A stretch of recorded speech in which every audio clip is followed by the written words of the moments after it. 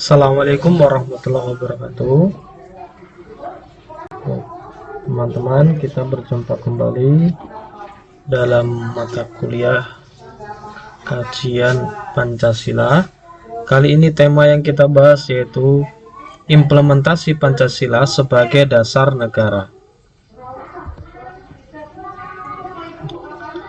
Kedudukan Pancasila dalam tata negara Indonesia.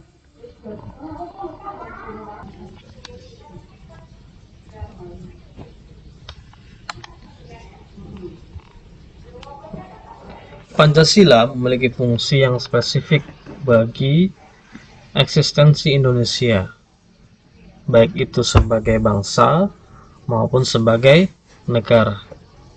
Kita akan pernah membahas bahwa identitas Indonesia itu terbentuk pertama menjadi bangsa Indonesia, lalu berproses sehingga menjadi negara Indonesia. Nah, Pancasila ini mempunyai fungsi yang terhadap dua identitas itu. Nah, terhadap bangsa, Pancasila ini sebagai pandangan hidup bangsa. Perwujudannya ialah nilai-nilai ideal. Nah, terhadap negara, Pancasila sebagai dasar negara. Pancasila menjadi landasan dari segala kebijakan pemerintah dan alat-alat kelengkapan negara.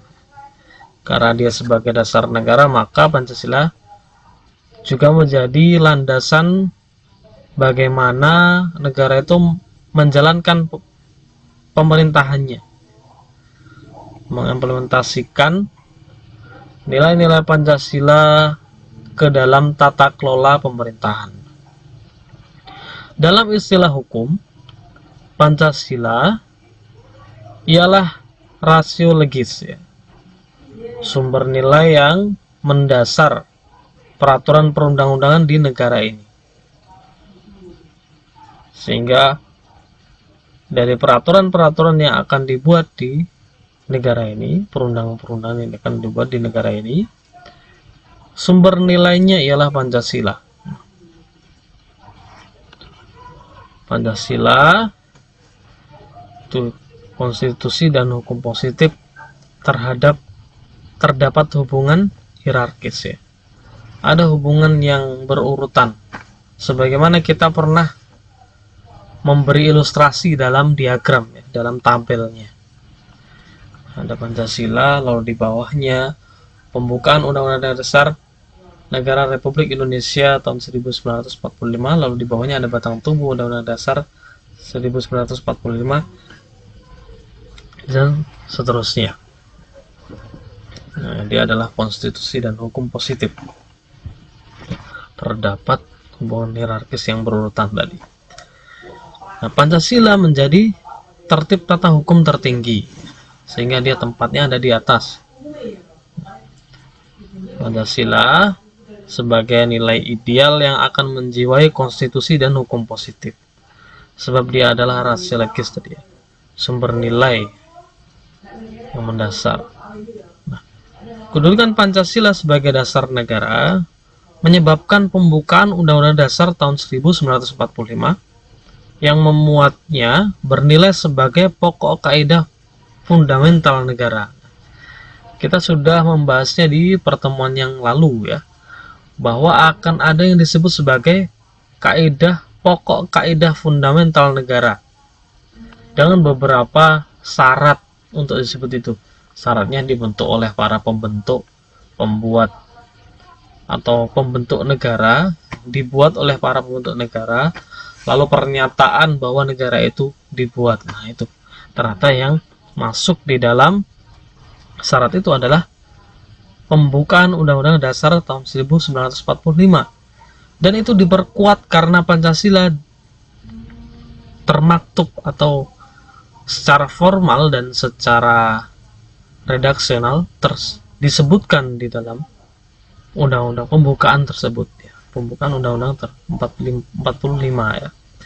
Ya. Nah, ini kedudukan yang pernah kita ulas sebelumnya ya. Dia yang paling tertinggi, lalu di bawah ada pembukaan, di mana pembukaan ini nanti ada kandungan inti yang menyebutkan Pancasila. Pembukaan inilah pernyataan kemerdekaan sebagai pokok kaidah negara yang fundamental, lalu diterjemahkan dalam batang tubuh, lalu ada tap MPR ya, lalu ada undang-undang sebagai peraturan yang mengatur spesifik, undang-undang peradilan agama, undang-undang lembaga keuangan syariah, bank syariah, dan seterusnya. Lalu di bawahnya ada peraturan pelaksana, peraturan otonomi ya. Kita sudah membahasnya. Nah, perwujudan nilai dasar Pancasila dalam Undang-Undang Dasar 45. Yang pertama, negara ketuhanan. Nah, persoalan agama ini perlu diketahui ya. Persoalan agama dalam negara ini sangat krusial. Sejak dalam sejarah berdirinya negara Indonesia, kita sudah mengulasnya. Dan semoga teman-teman masih mengingat, kalau agak lupa bisa diulas kembali video sebelumnya ya, terkait dengan sejarah kemerdekaan Indonesia. Nah, benih-benih polemik terkait dengan masalah agama dan negara ini sudah mulai sejak tahun 1918 saat Komite untuk Kebangsaan Jawa mengecam langkah pergerakan Serikat Islam ya, dengan menandaskan bahwa agama dan negara ini harus dipisah. Itu menurut dalam Komite untuk Kebangsaan ya, Jawa ya, ada yang mengecam ya. Sedangkan Syarikat Islam ini menolak dengan menyatakan bahwa mereka ini adalah Islam nasionalis. Mereka adalah orang yang beragama Islam, menggerakkan bangsa, membuat pergerakan dengan nilai ruh Islam, tetapi juga kebangsaan Indonesia. Nah, mereka menyebutnya bahwa mereka ini Islam nasionalis. Nah, perdebatan semacam ini berlanjut pada sidang BPUPKI yang sudah kita pernah ulas. Bisa diperdalam di video sebelumnya ya. Nah, pada awalnya kelompok nasionalis sekuler, di mana mereka berpandangan bahwa agama dan negara ini dipisah, dengan kelompok nasionalis agama, nah, negara yang berpandangan negara berdasarkan hukum agama, ini sama-sama kukuh berpegang pada pendapat mereka masing-masing. Nah, tetapi kemudian dalam semangat yang menghindari perpecahan, nah, maka akhirnya disahkanlah Pancasila dan disebutkan secara jelas, secara formal dan material, disebutkan langsung redaksional maupun inti isinya bahwa Pancasila ini adalah dasar negara, dasar merdekanya Indonesia. Nah, baru disebutkan itu. Ini untuk menghindari perpecahan. Dan Undang-Undang Dasar tahun 1945 ini disahkan, di mana pembukaannya mencantumkan Pancasila. Nah, secara resmi akhirnya telah lahir negara Indonesia yang baru, yang bukan merupakan negara sekuler, tidak memandang agama semata-mata masalah pribadi yang harus dipisahkan dalam bernegara, dan bukan pula negara agama yang memandang negara harus berdasarkan hukum agama ya, tidak itu ya, tidak sekuler dan tidak berdasarkan agama tertentu. Nah, Indonesia adalah negara berdasarkan Pancasila yang berketuhanan ya. Konsep negara berketuhanan ini menciptakan keseimbangan antara paham negara agama dan paham negara sekuler. Dia adalah pertengahan pertemuan konsensus yang nanti disebutkan dalam materi selanjutnya ya. Nah, akhirnya seimbang, menemukan keseimbangan ya. Perincian dari asas negara berketuhanan ini dijabarkan dalam pasal 29 Undang-Undang Dasar tahun 1945, yang inti dari pasal ini ialah negara menganggap penting nilai-nilai agama terutama keyakinan Tuhan Yang Maha Esa sebagai landasan moral, pelaksanaan fungsi dan tugasnya. Lalu dalam turunannya negara juga menjamin setiap warga negara punya kebebasan beragama dan beribadah sesuai dengan keyakinan. Itulah yang terjadi, seimbang sampai sekarang, alhamdulillah ya. Tak ada yang boleh menggugah atau mengubahnya lagi. Tak ada yang boleh mengubah lagi, karena ini sudah pertengahan dan pertemuan keseimbangan. Lalu yang kedua, perlindungan HAM. Keseimbangan yang selanjutnya yang diupayakan ialah nasionalisme dengan peri kemanusiaan. Rasa cinta akan bangsa dan kebanggaan nasional tidak semestinya diwujudkan secara agresif dengan menginvasi wilayah bangsa lain, apalagi sampai melakukan genosida terhadap sesama manusia. Nah, kesadaran inilah yang ada pada perjuangan Indonesia. Kesadaran terhadap harkat dan martabat manusia dituangkan dalam sila kemanusiaan yang adil dan beradab. Nah, wujud paling penting dari nilai kemanusiaan ialah perlindungan HAM. Nah, sehingga kalau kita amati, inti dari konstitusi itu ada dua, yaitu perlindungan HAM dan adanya pembagian kekuasaan negara dengan sistem check and balances ya. Dalam pembukaan Undang-Undang Dasar tahun 1945 disebutkan kemerdekaan adalah hak segala bangsa. Dari setiap jenis penjajahan yang menghambat kemerdekaan harus dihapuskan di muka bumi. Nah, kalimat lainnya melindungi segenap bangsa dan seluruh tumpah darah Indonesia.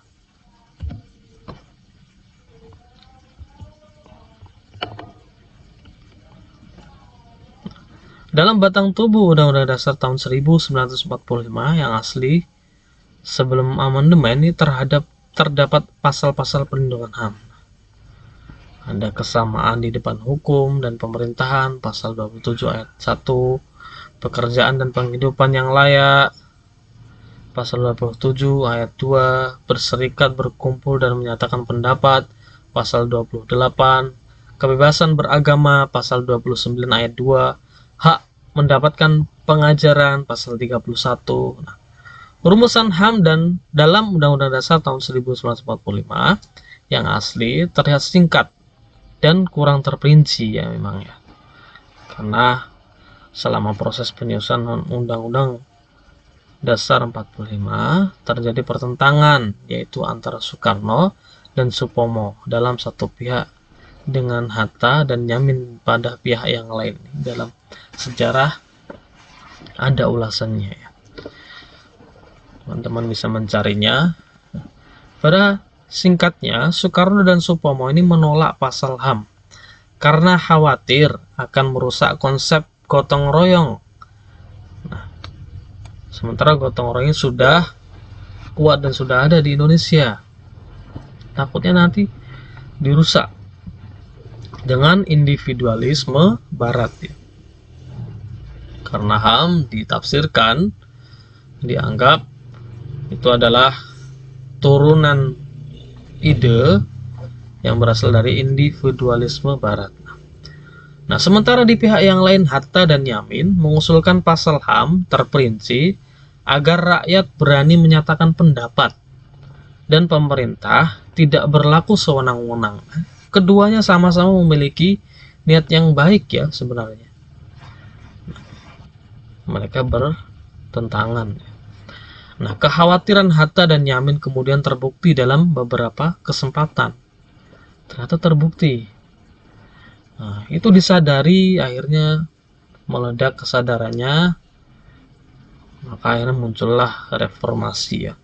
Terbukti bahwa negara minim terhadap perlindungan HAM dan justru beberapa kali bahkan pemerintah dalam tanda kutip oknum itu juga ikut dalam penindasan HAM ya. Terjadi banyak ya tahanan-tahanan politik ya, karena berbeda pandangan politik lalu ditahan ya, ada banyak bisa diteliti dan itu menjadi subbab yang lainnya ketika mendiskusikan itu.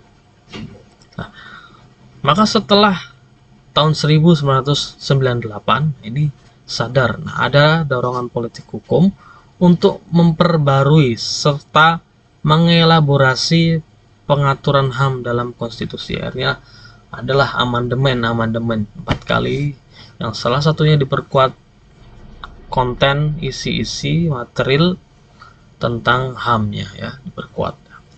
Lalu yang ketiga, negara kesatuan. Para pendiri negara Indonesia ini sangat menganggap penting nilai kesatuan, tercermin dalam sila ketiga Persatuan Indonesia, sehingga bentuk negara ialah negara kesatuan. Kekuasaan terletak pada pemerintah pusat.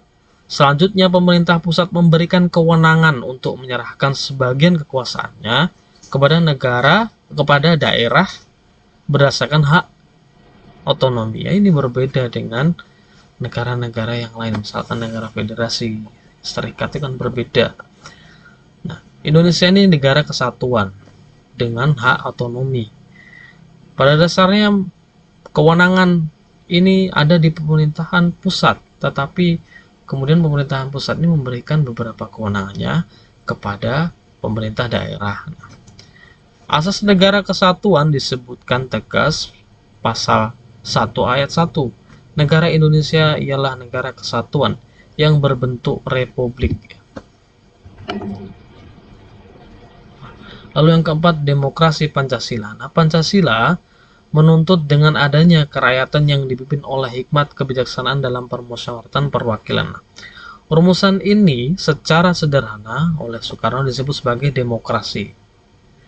Nah, bahwa rakyat ini dipimpin dengan kebijaksanaan dan permusyawaratan atau perwakilan. Negara Republik Indonesia memang didesain dengan menjadi negara demokrasi. Ya. Syarat-syaratnya telah dipenuhi. Yang pertama, pemegang kedaulatan tertinggi adalah rakyat. Ini ada dalam pasal 1 ayat 2 ya. Lalu yang kedua, adanya pembagian kekuasaan dalam fungsi legislatif, eksekutif, dan yudikatif ya, ada pembagian kekuasaan.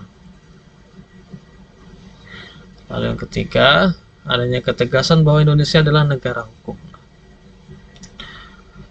Kelima, keadilan sosial merupakan cita-cita bersama demi kepentingan seluruh rakyat, tertuang dalam batang tubuh Undang-Undang Dasar tahun 1945 terkait dengan hak penghidupan. Setiap pertimbangan kebijakan ekonomi tak boleh absen dari nilai-nilai keadilan sosial. Dinamika implementasi Undang-Undang Dasar tahun 1945. Dalam kurun waktu berlakunya Undang-Undang Dasar 45 pada tanggal 18 Agustus 45 sampai 27 Desember 49, nah terjadi perubahan dalam praktek kenegaraan. Karena kabinet presidensil saat itu hanya berjalan selama 2 bulan. Perubahan ini didasarkan kepada makluman dari Wakil Presiden nomor 10 tahun 45 pada tanggal 14 November 45 dengan perubahan. Pertama, kekuasaan legislatif diserahkan kepada Komite Nasional Pusat sebelum DPR dan MPR dibentuk. Nah, wewenang komite ini diperluas, yakni membentuk GBHN, garis besar haluan negara. Nah, kedua, perubahan sistem presidensial menjadi parlementer dengan pemindahan kekuasaan eksekutif dari presiden kepada Perdana Menteri sebagai Dewan Menteri. Ini pernah terjadi ya. Nah, makanya ada pertanyaan, kenapa dulu sepertinya negara presiden ini ya menjadi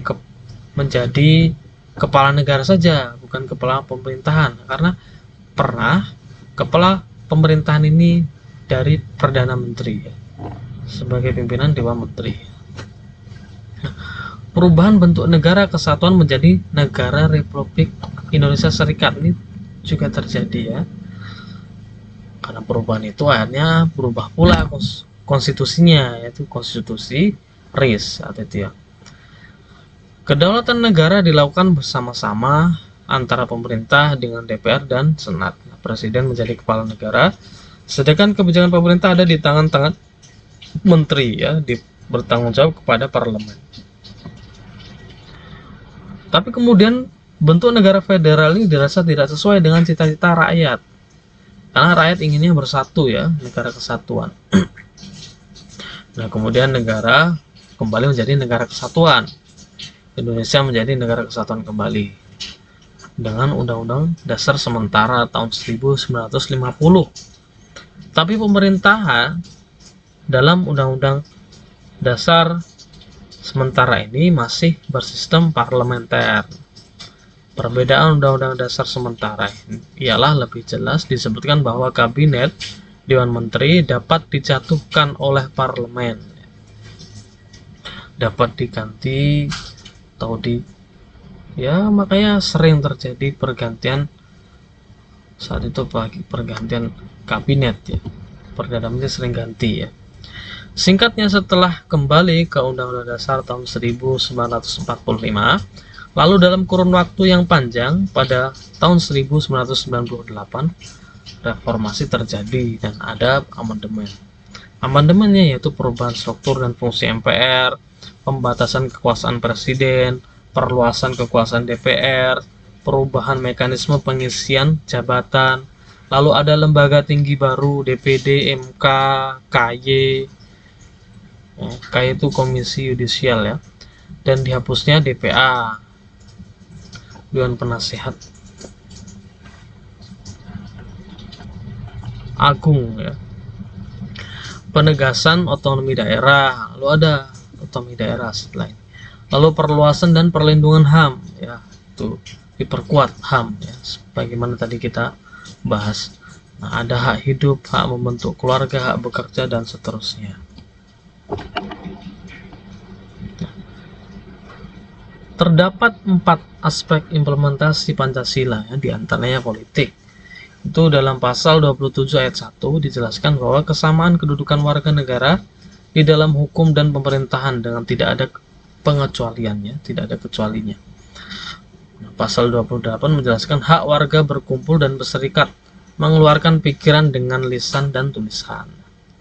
Lalu yang kedua, ekonomi. Ini dalam pasal 33 ayat 1 menyatakan perekonomian disusun sebagai usaha bersama berdasar atas asas kekeluargaan. Indonesia dimaksudkan untuk menciptakan sistem perekonomian yang bertumpu pada kepentingan rakyat dan berkeadilan. Ketiga, sosial budaya. Di pasal 31 ayat 1 menetapkan setiap warga negara berhak mendapat pendidikan. Pasal 32 ayat 1 menyatakan negara memajukan kebudayaan nasional Indonesia di tengah peradaban dunia dengan menjamin kebebasan masyarakat dalam memelihara dan mengembangkan nilai-nilai budayanya. Lalu keempat, pertahanan dan keamanan. Pasal 27 ayat 3 menetapkan bahwa setiap warga negara berhak dan wajib ikut serta dalam pembelaan negara. Pasal 30 ayat 1 menyatakan hak dan kewajiban setiap warga negara ikut serta dalam usaha mempertahankan pertahanan dan keamanan negara. Nah, ketentuan ini menunjukkan bahwa usaha pertahanan dan keamanan negara adalah hak dan kewajiban asasi manusia.